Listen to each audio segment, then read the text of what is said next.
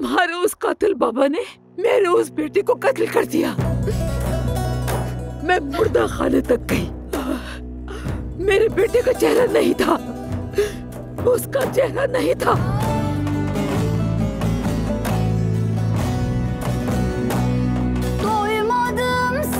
तुम यहीं रहोगी और यहीं मरोगी।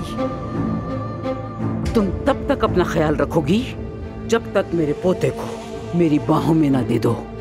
उसके बाद अपने हाथों से तुम्हें मारूंगी। सोहा को मेरे पास लाओ।